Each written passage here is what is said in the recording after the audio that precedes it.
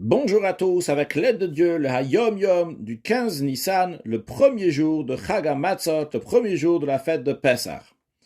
Un premier point, le Rabbi nous dit, lorsqu'on fait la Kehara du Seder, le plateau du Seder, il y a un élément à droite, un élément à gauche et un en dessous au milieu. Ce un en dessous au milieu s'appelle le Maror.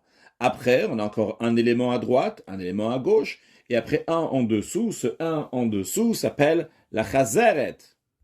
Vu qu'ils ont différents noms, un s'appelle le Maror et l'autre s'appelle Chazeret, on aurait pu penser que ce n'est pas les mêmes éléments qu'il faut mettre pour le Maror et pour la Chazeret. Alors dans la Hayom, Yom il nous dit que aussi bien pour le Maror et aussi bien pour le Chazeret, notre coutume elle est de placer du réfort et de la salade sur le plateau du Seder à l'endroit du Maror et aussi bien à l'endroit de la Chazeret. Donc ce que le Rabbi est en train de nous dire, vrai, les noms sont différents. Un il s'appelle Maror et l'autre il s'appelle Chazeret, mais l'élément qu'on met, c'est le même pour les deux, aussi bien du réfort et aussi bien de la salade.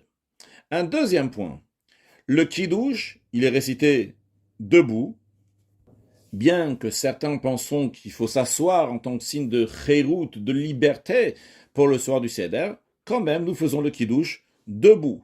Un troisième point, lorsqu'on lit la Haggadah, il y a différentes versions dans le Helachma ou Halachma, quand on parle donc de ce pain de pauvreté.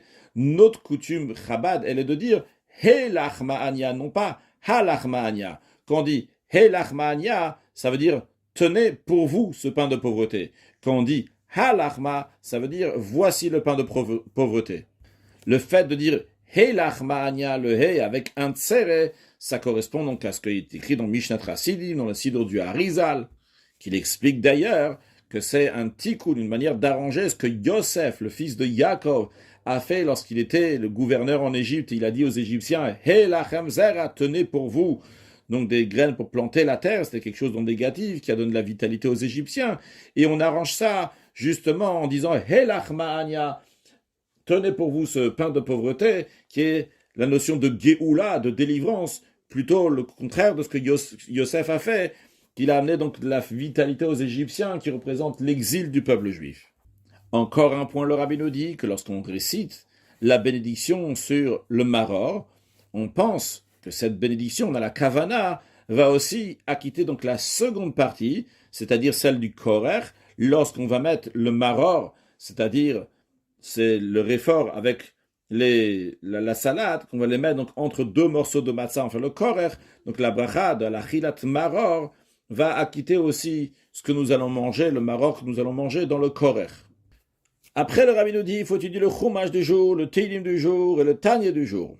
Puis, le Rabbi nous ramène ce que le Rabbi précédent a dit à propos du Seder de Pessah, de son père, le Rabbi Rachab, que le premier soir, il avait coutume de faire le Seder assez court, de manière à manger l'afikoman, donc la matzah qu'on mange à la fin du repas qui correspond au sacrifice de Pessah qui était mangé avant Chatzot, avant minuit, donc de faire le seder assez court pour pouvoir manger justement ce afikoman qui correspond au sacrifice de Pessah avant Chatzot, avant minuit astronomique.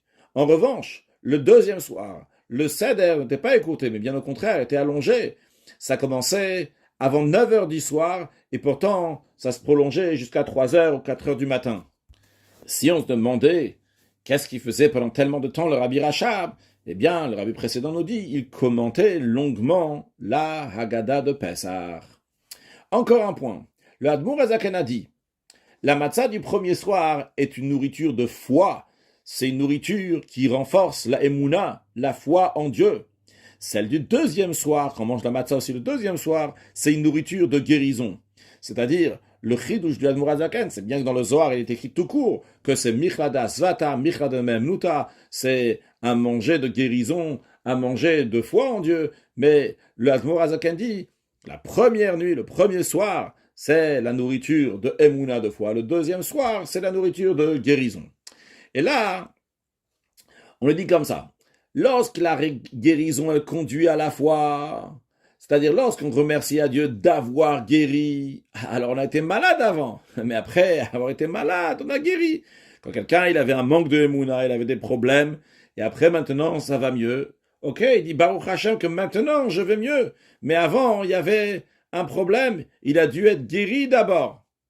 Et après, il y a eu la Emouna. En revanche, lorsque la foi, elle conduit à la guérison, eh bien, il n'y a pas eu de maladie, tout va bien. C'est-à-dire que la Emouna, c'est la base de tout. Si quelqu'un il a la foi, eh bien, après, automatiquement, tout ce qui va se passer après va être bien comme il faut. Il n'y aura pas besoin d'être malade et après guérir. Ce qu'on souhaite à tout le monde d'être en excellente santé spirituellement, qui amène une excellente santé matériellement, et en excellente santé spirituelle et matérielle, on va accueillir Mashiach now.